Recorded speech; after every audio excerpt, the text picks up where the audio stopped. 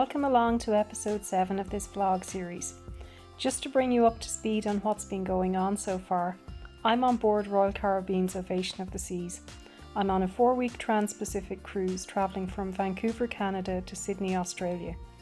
So far we've had ports of call in Seattle, followed by 5 days at sea, then arriving at the beautiful Hawaiian Islands to spend 3 days there, 2 of those on Maui and 1 of them in Oahu. We've had another 5 sea days heading to French Polynesia. We crossed the equator on that particular part of the journey, and then we arrived in beautiful Moorea. We spent 2 days on a magical paradise island and then a further day on Tahiti. We left Tahiti last night and headed out for another 5 sea days.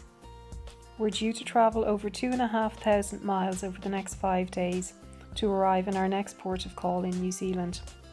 Now, just to briefly mention, as I already explained in a previous episode, although this is a 4-week cruise in total, it's actually 2 cruises back to back.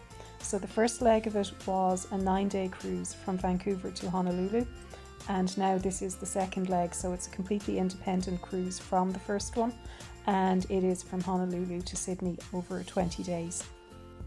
We set sail from Papeete in Tahiti last night just after midnight, and as we left the harbour it was actually very calm, and really quickly after we got out to sea after about half an hour the ship really started to rock.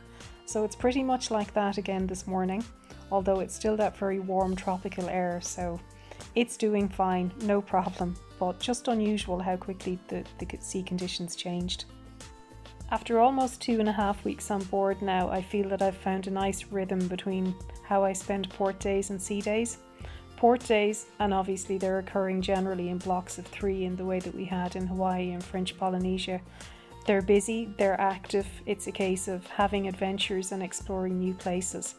But then back on board, it feels like I almost have permission to be really lazy, if that's how I want to be.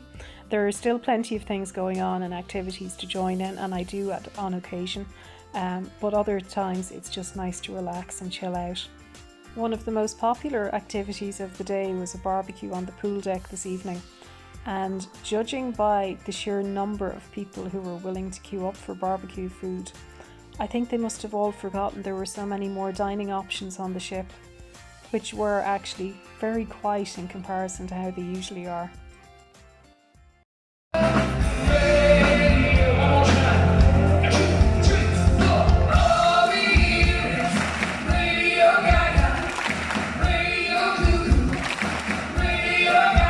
The show in the main theatre tonight was a Freddie Mercury tribute act who was also a comedian, so that made for an interesting twist on things and made it a quite enjoyable show.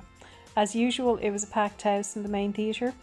As well as that, there were also game shows and various other activities going on elsewhere on the ship.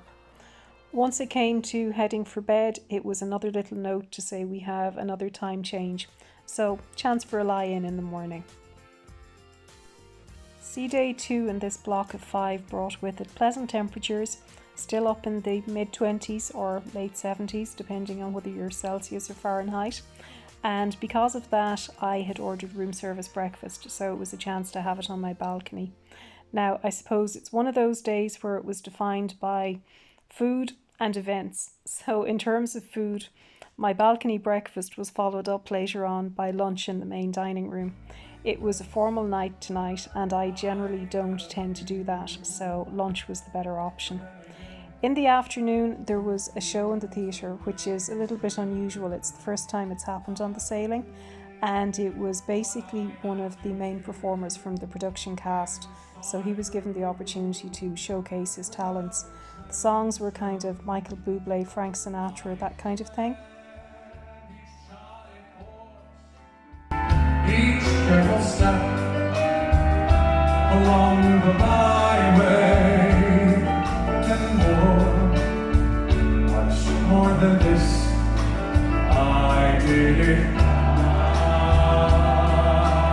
way. I have known if God had granted me a son, the summers die one by one. So the evening on board was quite busy as I attempted to fit in 2 shows. Now, my take on both of these, unfortunately, may make me seem a little bit of a Minnie the Moan, but honestly, in terms of the enjoyment factor, they just weren't up there at all with previous night's entertainment. So the first one was Pixels Cabaret, and that is a show that has been specially developed to make use of all of the technology in 270, the venue at the back of the ship. Now, I had seen a similar show, Spectre's Cabaret, previously on Anthem of the Seas. I didn't enjoy it at that stage. I didn't get the storyline. I felt it was all really random. And unfortunately, I came away feeling pretty much the same after my experience at Pixels Cabaret. I don't generally leave shows before they're over, but if I could have snuck out early, I would have, because really 20 minutes in and I just wasn't enjoying it. Now, the other show in the main theatre was another guest act, and it was an Australian man, a magician, with his assistant wife. He was an elderly gentleman who unfortunately came across as being quite obnoxious and quite rude to the audience, and it didn't appear to be part of the act. It appeared to be just his general demeanour. So yeah, both of those shows were a bit of a letdown relative to other nights of entertainment. But first world problems, it's just one of those things on a cruise ship. It can be sometimes hit and miss. We're now on day 3 of our block of 5 sea days, and as we get closer to New Zealand and springtime there, it's becoming quite apparent that we're leaving the tropical weather behind us. It's certainly getting a bit chillier day by day. Now, a couple of interesting things happened today on board. The first one of those was the captain's announcement. Now, the captain generally does an announcement every day at midday, just giving an indication of weather conditions, roughly where we are, how far we've travelled, all of that kind of thing. Today's announcement, unfortunately, told us that there was what he described as an uptick in COVID cases on the ship. And he stressed the importance of the ship needing to be in good health as we approach New Zealand. That was followed up by the cruise director making various announcements, and also on one of the onboard information channels on the TVs in the stateroom, those announcements were played repeatedly. So I'm not quite sure what it means in the event that we would exceed whatever would be the acceptable threshold to be allowed into New Zealand. I certainly hope that we're not in danger of missing the port. Now, while the ship went noticeably quiet for a while after that, and that's when I got an opportunity to take some of the footage that you're seeing there, which is basically on deck 5 heading along between the main theatre and the Royal Esplanade. There were a couple of things which really didn't contribute to the ship remaining in good health COVID-wise. So the first one of those is related to Royal Caribbean's forthcoming launch of their newest ship, which is the Icon of the Seas. As usual, it'll become the largest ship in the world because it's been built to be slightly larger than the current one, which is Wonder of the Seas. That's due to launch in February next year, I believe, and there hasn't been too much information released about it up until now, but basically today across all of Royal Caribbean's fleet, they're having a promotional event going on. So last night when I returned to my cabin, I received an invitation because I'm a Crown and Anchor Loyalty member. So basically everyone who is Crown and Anchor Loyalty member were invited to a screening in the main theatre this afternoon of a series of mini films about the making of the Icon of the Seas. So that was one event of the day, and it was a packed house. There was no social distancing in sight. And as you can see from this footage here, the Royal Esplanade is beginning to be decked out with balloons. That is because tonight we are due to have a party on the Royal Esplanade with a big balloon drop at midnight, and there will be a giveaway where one person is going to win a trip on the inaugural cruise on Icon of the Seas. So that doesn't really seem conducive to keeping the ship in good health and free from COVID. It is quite evident, particularly in walking along the corridors to my stateroom, that there must be increased COVID cases on board. Whereas a few months ago on most ships, if people contracted COVID, they had to move from their stateroom to particular cabins that were being used for quarantine areas in other areas of the ship. That's not now the case, and it appears that if people do have COVID, they're actually isolating in their own cabins and having food delivered to them. So there are quite a few where I've seen tables left outside the doors. Obviously that's where they get their food delivery. Nonetheless, despite all of that, the party went ahead on the Royal Esplanade, and yeah, it was a busy affair. I went down about 5 minutes before the balloon drop was due to happen and stayed on kind of the stairwell looking down, so it wasn't quite in the thick of it. Sadly, I didn't win a trip on the inaugural cruise, but there you go. Sea conditions last night and into this morning were very good, very calm seas, but they changed quite a bit with the result that by midday and the captain's announcement, he actually advised that the stabilisers had been put out for the first time on this cruise. So they're doing their job well, although it looks choppy, the ship is doing fine. And actually, I quite like experiencing the motion of the ocean at times. It's a good chance to just enjoy some balcony time in that bracing sea air. Later in the afternoon, as I was wandering around the ship having a look at what was going on, I came across the passenger choir practicing in the music hall. So this is a voluntary group. I think they've been practicing for the past couple of days, and they're due to give a performance someplace on board on possibly the last sea day. So good on them for making the effort. I think it's a thing that tends to happen on longer cruises. I've certainly never come across it before on regular 7-day trips.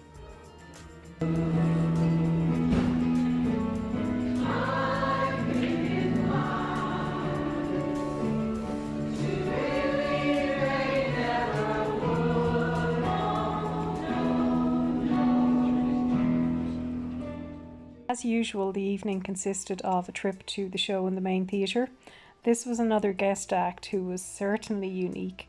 Now, I didn't have my phone with me, so I can't bring you footage, but basically try and picture the scene where there is an acrobat / comedian who is on stage cycling a unicycle while juggling, and then who also decides to have audience member participation, where the person who volunteered was actually balancing on his shoulders.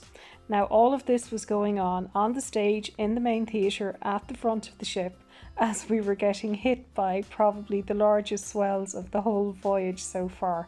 So how Royal Caribbean's health and safety personnel allowed it to go ahead, I'm not quite sure. In contrast, at the back of the ship, Pixel's Cabaret, which has all of the rising podiums, was actually cancelled. I don't know if the later show went ahead in the main theatre. I would be really surprised if it did. I had a pretty early night as I had a reason to be up early on sea day 5.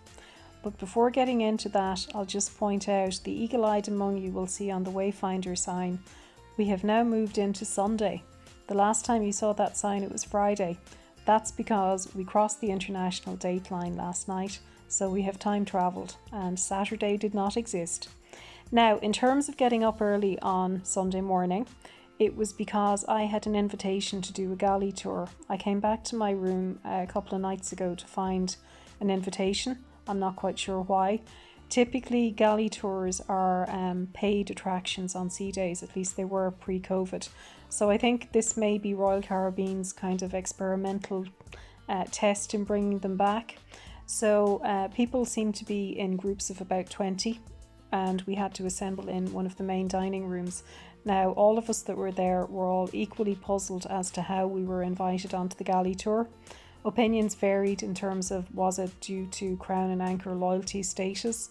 Was it to do with people having recently dined in specialty restaurants or something like that? Anyways, it turned out to be really interesting. It's just amazing to see the sheer scale of production, and we just saw one of the kitchens. But just walking around those areas, seeing all of the different prep stations, seeing all of the foods being prepared for lunchtime, really, really interesting to see. And after that, there was just a little bit of hospitality on offer when we came out from the kitchen area. So the day, as you can see from all the photos, was quite chilly. We're certainly in colder climates at this stage. The pools had actually been drained, so that's the first time it's happened on the cruise as well.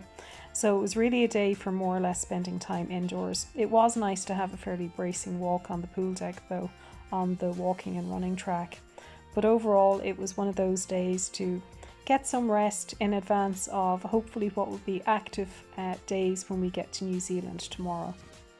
Despite all the concerns about COVID that were raised over the past couple of days, at the moment, fingers crossed, there's no suggestion that we won't be able to make port in New Zealand tomorrow. So let's hope that that's where I'm waking up tomorrow morning.